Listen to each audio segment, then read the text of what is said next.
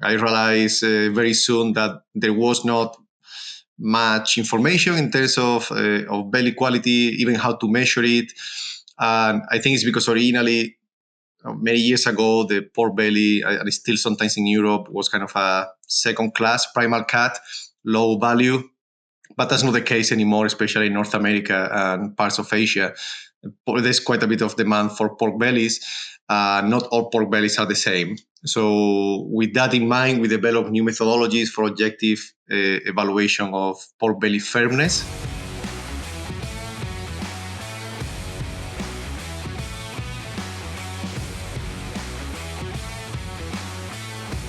Welcome to the Swine Canada podcast. I am Dan Columbus and I will be your host for today's episode. And our guest today is Dr. Manuel Juarez, who is a Livestock Phenomics Scientist at Agriculture and Agri-Food Canada. So welcome to the show again, Manuel, because I know you've been on before. So good to have you back on. Yeah, thank you very much, Dan. I'm happy to be back. So before we get going on today's topic, I'll just ask for those that might not know who you are, maybe didn't listen to your first episode, we'll just introduce yourself and give us a little bit of your background and journey so far. Yeah, so I'm the Livestock Phenomics Scientist at the Agriculture and Agri-Food Canada Lacombe Research and Development Center. So we are in the middle of Alberta. My background, I'm originally from Spain. I worked as a veterinarian for a while. Before my PhD, I also worked with some private companies. I got an MBA, and I kind of connected the financial world of business with the science on the meat quality side. And then I went for my PhD. Originally, it started on the genetic side, but then it focused quite a bit on carcass and meat quality. And I had the opportunity to work in different centers in Ireland, in Italy, in a couple of places in Spain. So it was an European PhD. And then by 2009, I came to Canada in theory for a postdoc for a year. But then that evolved into a permanent position with the government. They had this role of livestock phenomics. That's really my profile. That was my background, is connecting genetics and animal production and meat quality. So I got the permanent position, and I've been here since then. Yeah, so good. Glad to have you. Good thing you didn't go back afterwards. So it's good.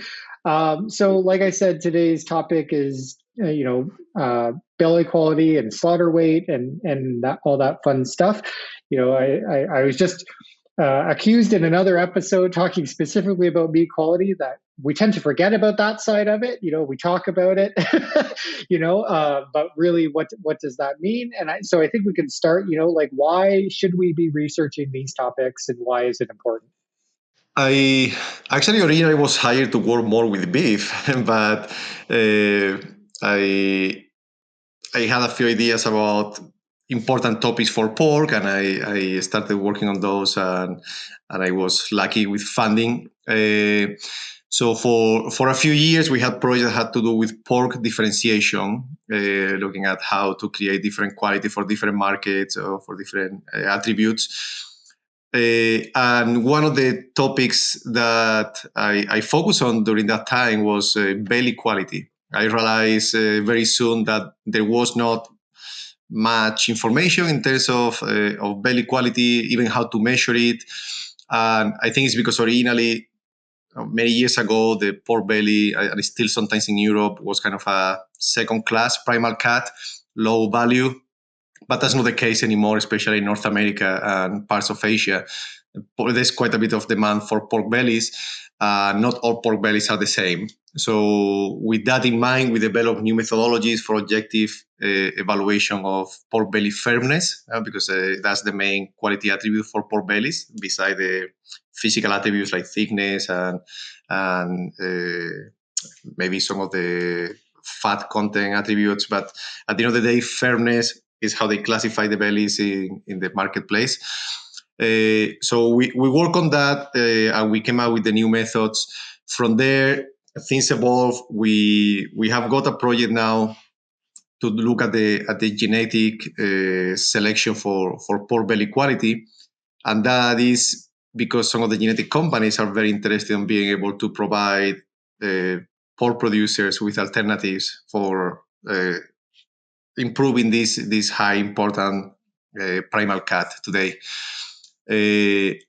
So we have a project that is specifically focused on the genetics of pork belly quality. But then we have another project in which we are looking at the impact of increasing slaughter weights in pigs, another thing that we see a big trend, not only in North America, but also in other countries. And that project is a bit larger scope. It's not just the quality of the belly or the quality of other primal cuts. It has to do also with performance, with animal welfare, with handling of the carcass at the abattoir. So I think the 2 points, the pork belly quality and the increase in slaughter weights, are two hot topics right now in swine production, at least on the meat side. What are the, I mean, when we talk about slaughter weight, obviously there's a very big potential benefit to that because producers are paid based on slaughter weight and meeting that certain criteria. Maybe it's not as clear with quality. What are the potential benefits of this that we can expect? I'm not sure that the increasing weight is actually beneficial financially for all producers. So there was a study from CDPQ in Quebec a few years back where they look at the potential benefit and the potential cost of increasing slaughter weight for pork producers. Their conclusion was that unless feed costs are very low, increasing weights over 125, 130 kilos really is not financially beneficial for the producer. It is for the packer. So the slaughter plant, for the same work, they are getting more meat. And so that could be beneficial for them. And if a company is vertically integrated, then the overall benefit can be obvious for the increasing weight. But for a producer that is just selling animals, even if he's getting paid by weight, when you look at the cost of taking that animal from 120 to 140 kilos, as you know that better than me, they are not as efficient. They are going to be putting quite a bit of fat. So at the same time, and until that pig goes, you cannot bring a younger pig that is more efficient in growth. So that's an issue, and that also explains our interest of looking at the genetic component, because right now the genetic selection is mainly focusing animals at 125 kilos, can be at 120, 130, depending on the company, but that's the average selection criteria. So what we want to see is what happens with those animals that have been selected for optimal growth at 125 if you take them up to 150 kilos, for example, live weight. How inefficient do they become? Can we adjust the diet? Or should we do a different selection program for those animals that are going to go to a heavier weight? Because if you modify the selection index and you target a heavier weight, then those animals are going to be more efficient in that last stage of their life. Now, they are going to have a different fat deposition potentially as well, so the marbling could change. So that's the kind of question that we want to answer in this project. So that kind of fits with the slaughter side of it. Yeah, I would say, they become very inefficient, and with pig space, that's the problem. So I guess on the other side of when you're specifically looking at like the belly quality, what are the potential benefits from that one? Well, for the belly quality, again, yes, maybe the benefit is mainly for the packers, but at the same time, the packers are the ones paying the producer. And so is that discussion always, even when we talk about grading, should we be grading based on quality? There are some examples in Canada right now where some packers are paying based on some quality attributes that they can measure on the carcass, for example, iodine value.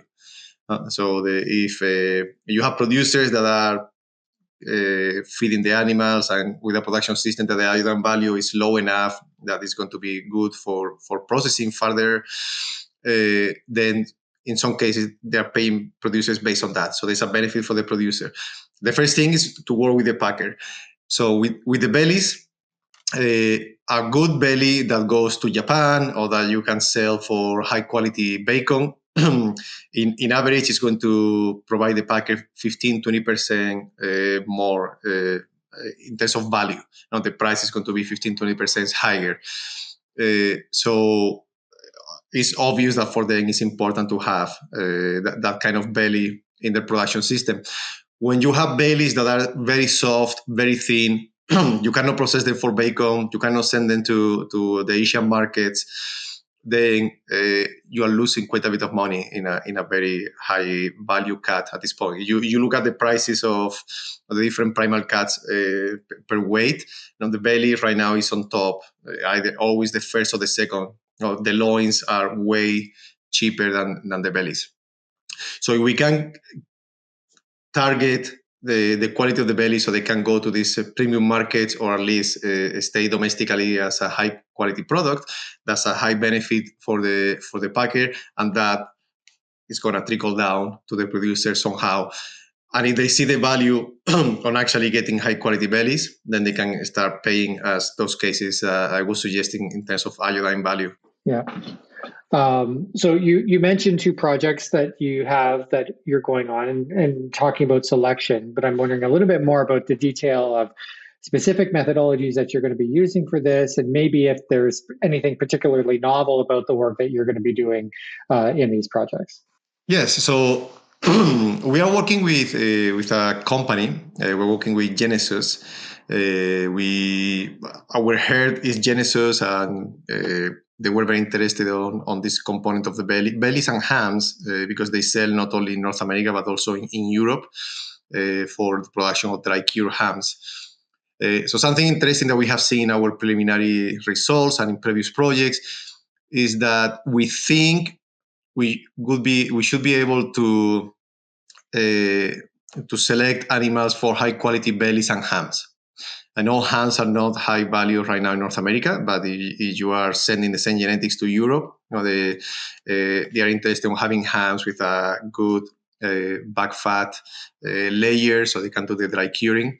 And because that's the tricky part. When you are selecting for bellies, many of the things that you want to do on the belly, you want a thick belly, you want a minimum amount of fat. That goes against the priority for efficiency on the loin and for growth. So we're looking at the genetic correlations. And yes, those genetic correlations are tricky, but there is room for potentially keeping all those priority attributes like feed efficiency, growth, and a lean loin, and at the same time improve the quality of the belly and ham. So in a way, you could create a line that is belly and ham quality, and maybe the loin loses a bit of efficiency, but you can keep that balance. So that's a novel approach. We are also using different methods to look at these animals, to look at the quality on the belly. As I say, we have developed what we call the belly bender. It's an objective method to look at the firmness on the belly. We have published it, and we have some mentioned disclosures, so anybody can use it. We have an automated system for the bellies. We look at the fatty acid of each of them. We do several measurements, because yes, we want firm bellies, but we don't want bellies that have too much fat either. So there is a balance there, especially with the Asian markets where they don't cure the belly, or they don't produce bacon the way that we do. They eat it raw. You go to Japan and you see how they prepare the shabu shabu. They take the raw belly, they cut it very thin, they just boil it for a few seconds, and they eat it with sauce. Well, you want a belly that is firm, so you can cut it like that, but you don't want it to be all fat, and then it's just fat in your mouth. You need to have that balance. So that's the approach for the belly project. On the heavyweight project, same thing. There are several studies going on, and some of them that have been published recently. I just saw one in Italy. I'm going to Italy next month, so I will meet with the scientists there. I went to the RNC, or Reciprocal Meat Conference last month. There were a couple of projects from the US where they are looking also at the impact of this increase in weight. But what I haven't seen is anybody looking at the potential selection or changes in the selection process for those heavier pigs. So that's where it comes as a new approach. For the belly project, we are looking at 500 bellies from our animals, 500 of our animals per year for 3 years. So that's 1,500 animals from our location. And then we are going to look at 1,000 animals, 1,000 carcasses bringing from industry, from crossbred animals as well. And that's the other the other interesting part, we're working with crossbred pigs. Originally, in some of these projects, we approach in a more traditional manner. We're going to look at the purebred animals and then look at the impact on the crossbred. But looking at some of the preliminary data and then talking to our industry partner, they suggested, and we suggested at the same time, that maybe we should just be working with crossbred pigs, because whichever genetic markers or whichever changes in production you identify, you want to see it in the general population. That's crossbred. I think we find some markers that are great on a purebred Duroc, but then they don't express the same way in the crossbred population. That wouldn't be interesting. So we are looking at that at 3,000 commercial carcasses, 1,500 of our research animals for the belly project. For the heavyweight project, we are going to produce about 600 animals per year, half of them at 125 kilos, half of them at 150 kilos. So we are talking about large numbers of animals. In our database, we already have data from other 2,000 animals that we have been looking at in the last few years. So we hope to have this large database that will answer the questions of these projects, but potentially could be used for different questions in the future. Yeah, so what's the timeline on this? Like, when do you expect us to have these results available? The belly project is a swine cluster project, so we already passed the first year. As you know, sometimes there are delays in paperwork and approvals and all that. So the never any delays. For the research component, we are in good shape. We have over close to 1,000 pigs already for that project from our herd. The commercial pigs, with the change to go for purebred to crossbred, that has slowed down the workflow a little bit. The project was supposed to end in 2026. Now it's going to end in 2027. But we have data that we are already analyzing. When I go to Italy to the EAAP, to the Animal Production Conference in Europe, I'm already taking some data that we have seen in a group of 1,000 animals in terms of the belly quality and how it relates to the quality in other primals and some of the SNPs, some of the genetic markers. So we are already publishing. I'm writing 2 papers on that with the preliminary results with 1,000 animals. When we get to the point that we have 4,000 or 5,000 animals, then we may come up with a different one. The heavyweight project just started this year. So we have been inseminating the sows with a specific semen from specific boards. They are being born and some of them are growing. So those will be slaughtered starting in January next year. So hopefully a year and a half after that, we'll have quite a bit of information. Next summer, we are also doing an animal welfare study with Luigi Faucitano from Sherbrooke in Quebec. So we'll take a number of these pigs at both slaughter weights, and we'll place them on a track for a few hours, drive around on a hot day in the summer, looking at different densities in the track, and see how the animals behave, how they arrive to the abattoir, some of the stress markers. So that should be done next summer. Hopefully results by the end of the year or the following year. So the timeline for the final results from both projects is between 2026 and 2027. But we have data already generated. I'm hoping to bring some to the Banff Pork Seminar in January as well. Well, looking forward to it.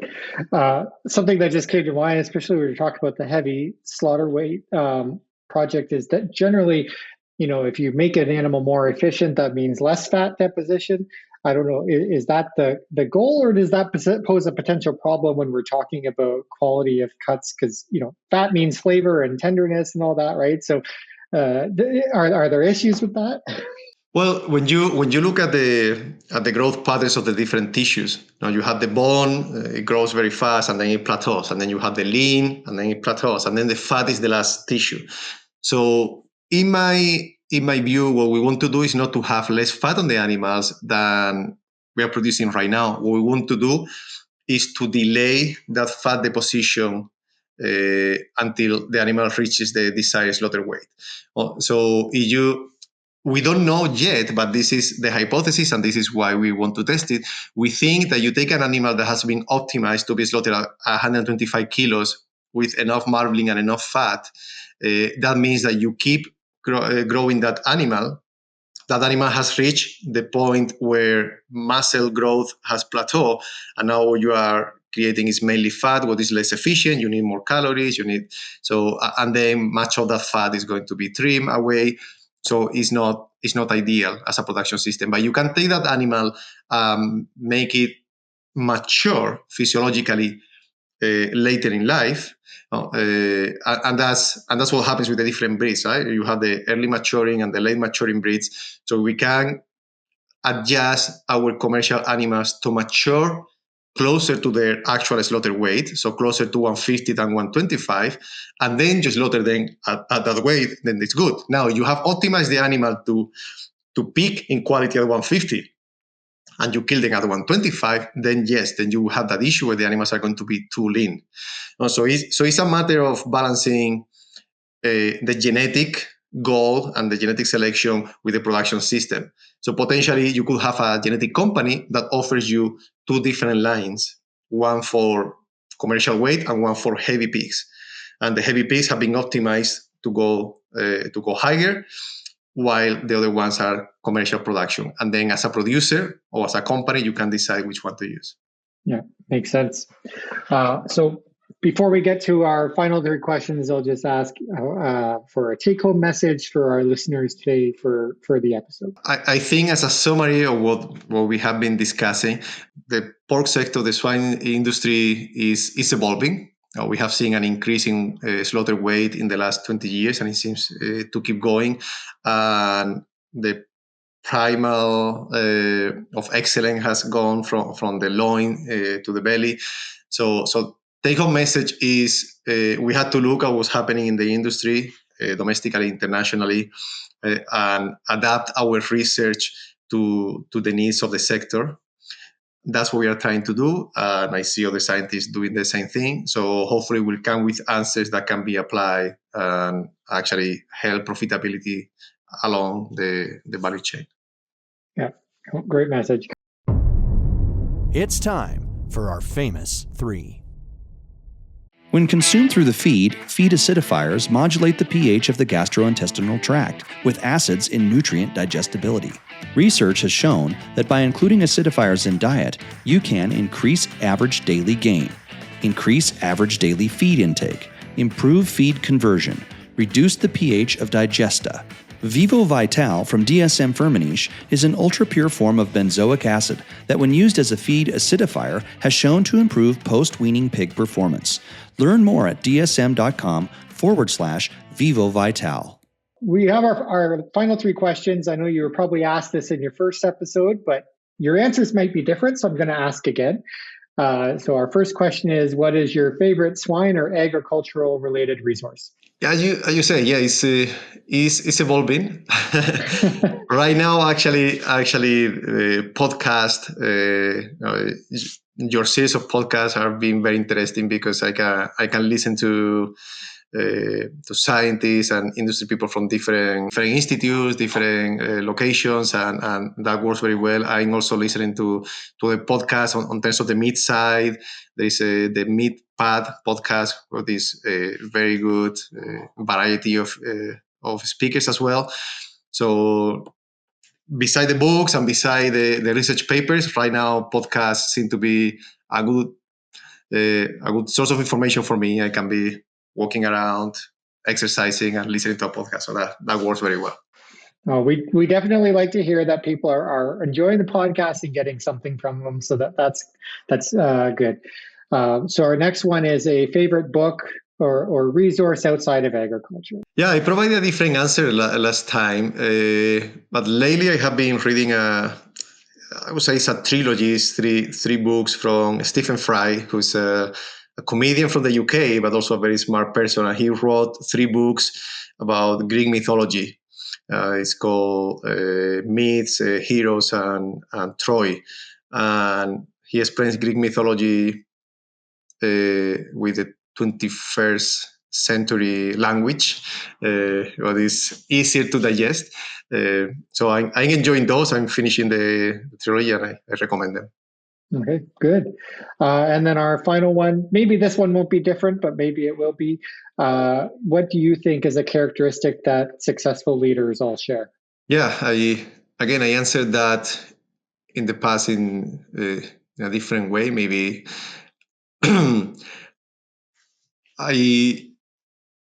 I think good leaders, and they may not always be the most successful, but they are successful in different ways.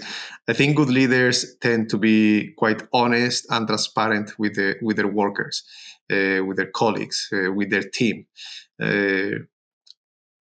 When you don't have those characteristics, you can be successful in the short term, but it tends to catch up with you at some point, and that's why you see some managers or some bosses that are very productive for a while, but then they change jobs every couple of years because they have burned all the bridges. So I think transparency, honesty, respect towards your team. That's the long-term success recipe. Yeah, no, very good. Well, it's been great having you on again. Definitely interesting topic to talk about, and looking forward to the results when you get them. So we're going to have you on a third time and Sure. let us know what you found. So thanks again for joining us. Okay, thank you.